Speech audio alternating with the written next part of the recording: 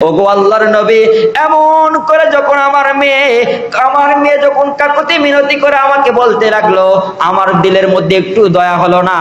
আমি নির্দয় হয়ে গেলাম, আমি পাষাণ হয়ে গেলাম, আরো বেশি আমি কঠোর হয়ে গেলাম।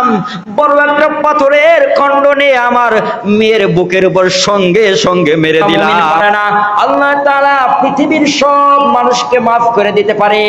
যদি বান্দা গুনাহ করে কবরে যায়, সব গুনাহ আল্লাহ তাআলা মাফ করে দিতে পারে, কিন্তু দুইটা গুনাহ আল্লাহ কখনো মাফ করবেন না। এক নাম্বার গুনাহ হলো যদি আপনি মানুষকে হত্যা করে কবরে যান, মানুষের শরীর থেকে রক্ত ঝরান, এই গুনাহ আপনাকে রব্বুল আলামিন মাফ করবেন না। আর দুই নাম্বার হলো আপনি ইসলাম গ্রহণ করার পর যদি মুরতাদ হয়ে যান, এই মুরতাদের গুনাহ রব্বুল আলামিন কখনোই আপনাকে মাফ করে দিবেন না। আল্লাহর নবী হাদিসের মধ্যে বলেন, আসমান এবং জমিনের মধ্যে যত বাসিন্দা বসবাস করে সকলে মিলে যদি রব্বুল আলামিনের একটা পেয়ারা বান্দা, আল্লাহর একটা মুমিন বান্দাকে যদি হত্যা করে, রব্বুল আলামিন আসমান জমিনের সব বাসিন্দাকে জাহান্নামে পাঠিয়ে দেবে। হত্যাকাণ্ড কত বড় ভয়াবহ একটা জিনিস। কিন্তু আজ আমাদের সমাজের চিত্র দেখেন, আমরা তো আমাদের ভাই অপর ভাইয়ের শরীর থেকে রক্ত ঝরায়। আমাদের সমাজে এমন ডাকাত আছে, এমন কুলাঙ্গার আছে, সাধারণ মানুষ তো দূরের কথা, আলেমদের শরীর থেকেও রক্ত ঝরায়। ঠিক কিনা বলেন? আলেমদের শরীর থেকেও তারা রক্ত ঝরাতে পরোয়া করে না।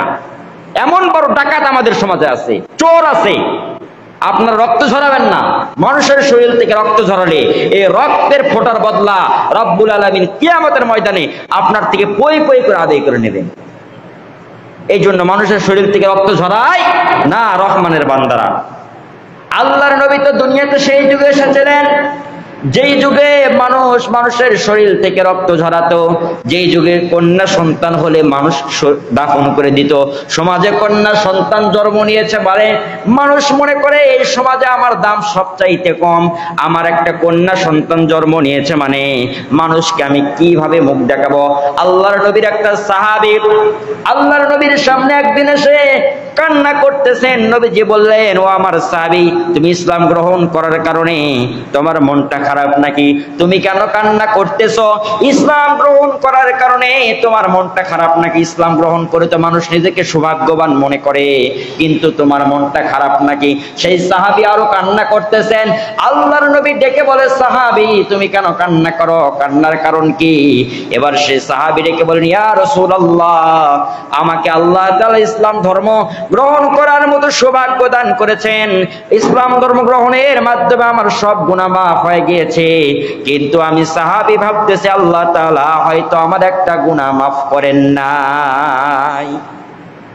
আল্লাহর নবী ডেকে বললেন, সাহাবী কি এমন গুনাহ করেছ যার কারণে ইসলাম ধর্ম গ্রহণ করার পর আল্লাহ তাআলা তোমার সেই গুনাহ মাফ করবে না? গুনাহের নামটা বলো। এবার সেই সাহাবীর নাম দাহিয়াতুল কলবি। খুব সুন্দর দেহের অধিকারী ছিলেন সেই সাহাবী। সাইয়েদনা জিবরিল আলাইহিস সালাতু ওয়াস সালাম যখন কখনো আমার নবীর কাছে যখন আসতেন, মাঝে মাঝে দাহিয়াতুল কলবির সূরত ধরে আমার নবীজির কাছে আসতেন। এত সুন্দর চেহারা ছিল দাহিয়াতুল কলবির। আর সেই সাহাবী ডুকরে ডুকরে নবীদের সামনে কান্না করছেন। আমার নবীর সামনে নামাজের সুরতে সেই সাহাবী বসে গেলেন। আমার নবীজি বললেন, সাহাবী বলো, তুমি কি এমন অন্যায় করেছো যার কারণে ইসলাম গ্রহণের পর আল্লাহ তাআলা তোমাকে মাফ করবে না? এবার সেই সাহাবী ডেকে বলছেন, আল্লাহ রাসূল শোনেন, আমি আমার বিবিকে 6 মাস যখন আমার বিবি প্রেগনেন্ট, 6 মাসের বাচ্চা যখন আমার বিবির পেটের গর্ভে, তখন আমি আমার বিবিকে বললাম, তুমি তোমার বাবার বাড়িতে যাও। তারপর যাওয়ার পর ডেলিভারি হয়ে যদি ছেলে সন্তান জন্ম নেয়, খুব সুন্দর যত্ন করে সোনার প্যাকেটে রেখে দিবা, খুব সুন্দর করে তাকে লালিত পালিত করবা। আর যদি মেয়ে সন্তান জন্ম নেয়, তাকে জীবিত দাফন করে ফেলবা। এমন বর্বর যুগের মানুষ ছিল তারা। এবার সে বিবিকে বাপের বাড়িতে পাঠিয়ে দিল। আল্লাহর কি কারিশমা, সেই বিবির থেকে একটা মেয়ে সন্তান জন্ম নিল। আর মেয়ে সন্তানটা হলো খুব সুন্দরী।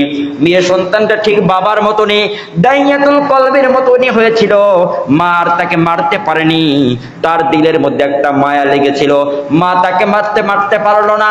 এবার পাশের বাড়িতে লালিত পালিত হয় সে সন্তান, কারণ তার স্বামী দেখলে তো তাকে হত্যা করে ফেলবে। পাশের বাড়িতে এবার সে লালিত পালিত হয়। পর্যায়ক্রমে এই মেয়েটার বয়স যখন 6 বছর হয়ে গেল, দাহিয়াতুল কলবি সেই সুন্দর সাহাবী একদিন মেয়েটার দিকে নজর করে দেখতেছেন, হায় রে, মেয়েটার তো চেহারা ঠিক আমার মতনই তার হাত, আমার মতনই তার নাক, আমার মতনই তার চোখ, আমার মতনই তার চাহনি, ব্যাপার কি? এবার মেয়েটার হাতটা সুন্দর করে ধরে ফেললেন। মেয়েটার হাত ধরে ফেলার পর এবার দাহিয়াতুল কলবি বললেন, বলো তুমি তোমার বাবাকে। এবার স্ত্রীকে বললেন, সত্যি করে বলো এই মেয়ের বাবাকে। এবার বিবি অঝর ধরে কান্না শুরু করে দিলেন, বললেন, ওগো প্রাণের স্বামী, আমি আপনাকে বলতে ভুলে গেছি, আমি আপনাকে ভয়ে বলতে পারিনি। এই সন্তান হলো আমাদের ঔরস থেকে এসেছে, এই সন্তান হলো তোমার। আমি যদি এই সন্তানের পরিচয় দিতাম, তুমি হয়তো বা সন্তানটাকে মেরে ফেলতে, জীবিত দাফন করে দিতে, যার ভয়ে আমি বলিনি। এবার দাহিয়াতুল কলবি বলেন, এবার সেই সাহাবী আল্লাহর নবীকে বলেন, ওগো নবী, আমি একেবারে খুশি হয়ে গেলাম, একেবারে হাস্যোজ্জ্বল চেহারা দেখালাম, একেবারে আমি চিন্তা করে খুন করার পরিকল্পনা করলাম, কিভাবে খুন করা যায়। আমি এবার মেয়েকে বললাম, মেয়েকে বুকের মধ্যে জড়ায় নিলাম। এবার মেয়ে ডাক দিয়ে বলতেছে, মা, আমার বাবা আমাকে এত বেশি ভালোবাসে, তুমি আমার বাবার সঙ্গে আগে কেন পরিচয় করে দাও নাই? এবার দাহিয়াতুল কলবির স্ত্রী কিছু বলে না। দাহিয়াতুল কলবির স্ত্রী ভাবতেছে, হয়তো বা আমার সন্তানকে আমার স্বামী মেনে নিয়েছে, যার কারণে সে মারতেছে না। আবার তারা করলো কি, পরের দিন এবার দাহিয়াতুল কলবি সেই সাহাবী এবার মেয়েকে ডাক দিয়ে বলল, ও কলিজার টুকরা মেয়ে, চলো আমরা তোমার নানার বাড়ি বেড়াতে যাই। এবার সেই মেয়ে তো খুশি হয়ে গেল, নানার বাড়ি বেড়াতে যাবে বাবার সঙ্গে। এবার দাহিয়াতুল কলবির মেয়ে খুশি হয়ে গেল, সঙ্গে সঙ্গে মাকে বলল, আমাকে তাড়াতাড়ি বের করে দাও, আমি আমার বাবার সঙ্গে নানার বাড়ি চলে যেতে চাই। এবার সেই সাহাবীর হাত ধরে এবার মেয়ে নানার বাড়ির দিকে রওনা দিয়েছেন। কিন্তু সেই সাহাবী বলেন, ওগো আল্লাহর নবী, আমি তার নানার বাড়ির পথ না ধরে জঙ্গলের পথ রওনা দিয়ে দিলাম। আমার মেয়েটা আমাকে ডেকে বলল, বাবা, আমরা না নানার বাড়ি যাব, জঙ্গলের দিকে আমরা কেন যাই? আমরা তো যাব আমাদের নানার বাড়ি দিকে। আমি কোনো কথা বললাম না গো নবী, আমি কোনো কথা বললাম না। একটা সময় জঙ্গলের মাঝখান গিয়ে কুদালটা হাতের মধ্যে নিলাম, কুদালটা হাতের মধ্যে নেওয়ার পর আমি গর্ত খনন করা শুরু করে দিলাম। আমার মেয়ে ডেকে বলল, বাবা, আমরা নানার বাড়ি যাব, আমাদের গন্তব্য তো নানার বাড়ির দিকে, আপনি কেন কুদাল দিয়ে মাটি খনন করতেছেন? আমি কোনো কথা বললাম না। এমনকি গর্ত খনন করতে করতে মাটিগুলো এসে আমার দাড়ির মধ্যে পড়ে গেল। আমার মেয়ে, ছোট্ট মেয়েটা, সুন্দর করে 5 আঙ্গুলি দ্বারা আমার দাড়িগুলো খিরল করে দিতেছিল। শুধু তাই নয় গো নবী, আমি গর্ত খনন করতে করতে আমার শরীর থেকে ঘাম ঝরে গেল। আমার সেই কলিজার টুকরা মেয়েটা নিজের পোশাক দ্বারা আমার শরীরের ঘামগুলো মুছতেছিল। এমন সুন্দর করে যখন আমাকে আদর করছিল আমার মেয়ে, একটা সময় গর্ত করা যখন কমপ্লিট হয়ে গেল, আমি উপরে চলে আসলাম। উপরে চলে আসার পর আমি আমার মেয়েকে বললাম, মা, দেখো তো গর্তটা সুন্দর হয়েছে কিনা, গর্তটা খোঁড়া হয়েছে কিনা। আমার মেয়ে যখন উকি দিয়ে গর্তের দিকে তাকালো, আমার দিলের মধ্যে একটু মায়া লাগলো না, আমার দিলের মধ্যে একটু দয়া হলো না। সঙ্গে সঙ্গে পিছন দিক থেকে একটা ধাক্কা দিয়ে আমার মেয়েটাকে আমি গর্তের মধ্যে ফেলায় দিলাম। আমার মেয়েকে যখন গর্তের মধ্যে ফেলায় দিলাম, আমার মেয়ে ভাবতেছে, আমার মাই তো সত্য কথা বলেছিল, আমার বাবা আজ হয়তো আমাকে দুনিয়ার থেকে রাখবে না। বাবার হাত জোর করে মেয়েটা গর্তের থেকে বলতেছে, ওগো কলিজার টুকরা বাবা, আজ আমি আপনার কাছে জীবনটা ভিক্ষা চাই, মেহেরবানি করে আমাকে মারবেন না, আজকে ছেড়ে দেন। আমি জামিলা, আমি দাহিয়াতুল কলবির মেয়ে। এই সমাজে মেয়ে জন্ম নেওয়া মানে সমাজের কলঙ্ক। আল্লাহর কসম করে বলছি, আমি আপনি আমাকে ছেড়ে দেন, আমি এমন একটা জায়গায় চলে যাব যেখানে দাহিয়াতুল কলবি নামে কেউ চিনে না, কেউ এটা চিনবে না। আমি দাহিয়াতুল কলবির মেয়ে, তোমার থেকে আমি আমার জীবনটা ভিক্ষা চাই গো বাবা, মেহেরবানি করে আমাকে মেরো না। দাহিয়াতুল কলবি এবার সেই সাহাবী ডেকে বলে, ওগো আল্লাহর নবী, এমন করে যখন আমার মেয়ে যখন কাকুতি মিনতি করে আমাকে বলতে লাগলো, আমার দিলের মধ্যে একটু দয়া হলো না, আমি নির্দয় হয়ে গেলাম, আমি পাষাণ হয়ে গেলাম, আরো বেশি আমি কঠোর হয়ে গেলাম। বড় একটা পাথরের খণ্ড নিয়ে আমার মেয়ের বুকের উপর সঙ্গে সঙ্গে মেরে দিলাম। আমার মেয়ের বুকে থেকে রক্ত ফিনকি দিয়ে বের হয়ে গেল, আমার মেয়ে দুনিয়া থেকে বিদায় নিয়ে চলে গেল। আমি পাথরগুলো ঢাকা দিয়ে মেয়েকে সেখানে দাফন করে সেই জায়গা থেকে চলে আসলাম। ওগো আল্লাহর নবী, ইসলাম গ্রহণের পরে বারবার আমার সেই কথাটা মনে পড়তেছে। আমি যখন ঘুমাইতে যাই, আমার মেয়ের সেই বাক্যগুলো, আমার মেয়ের সেই কথাগুলো আমার কর্ণকহরে এসে বাড়ি খায়। ওগো বাবা, আমাকে মেরো না, আমি দাহিয়াতুল কলবির মেয়ে, কোথাও পরিচয় দিব না। আমি এমন একটা জায়গায় চলে যাব যেখানে দাহিয়াতুল কলবি নামে কেউ চিনে না, আমাকে আমার জীবন ভিক্ষা দাও। ওগো আল্লাহর নবী, বারবার আমার সেই কথাটা মনে পড়ে যাচ্ছিল। আমার নবীও কেঁদে ফেললেন, সঙ্গে সঙ্গে নবীজি চোখের পানি ছেড়ে ফেললেন। নবীজি বললেন, এমন নির্দয় মানুষ কেমনে হয়, এমন কঠিন মানুষ কেমনে হয়।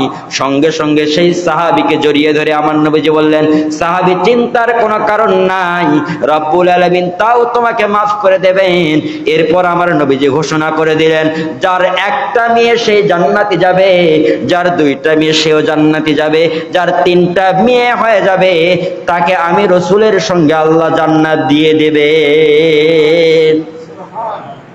এই জন্যই তো আল্লাহর নবী বলেছেন, যদি কোনো একটা ব্যক্তি তার একটা কন্যা সন্তান জন্ম নেয়, আর সেই কন্যা সন্তানটাকে সুন্দর একটা নাম রেখে দেয়, আর সেই কন্যা সন্তানের সুন্দর করে লেখাপড়া শিখিয়ে লালিত পালিত করে দিনদার মাইন্ডের একটা পাত্রস্থ করে তাকে বিয়ে দিয়ে দেয়, আল্লাহর নবী বলতেছেন সেই ব্যক্তি আর আমি নবী মুহাম্মদ পাশাপাশি জান্নাতে অবস্থান করব।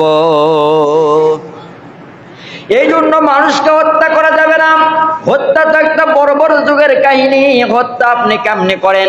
হত্যা কাজ তো সাধারণ মানুষের জন্য সাজানা। রহমানের বান্দারা কখনো হত্যা করতে পারে না। হত্যা কর্ম খুব বড় খারাপ কাজ। আমার নবীজি কাউকে হত্যা করতেন না বিনা দোষে, নবীজি কাউকে হত্যা করতেন না।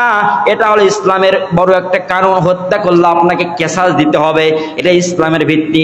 তাহলে রহমানের বান্দার 7 নম্বর গুণ কি বললাম? বলেন, 7 নম্বর গুণ কি ছিল? হত্যাকারী হয় না। রহমানের বান্দার কি হয় না? হত্যাকারী হয় না।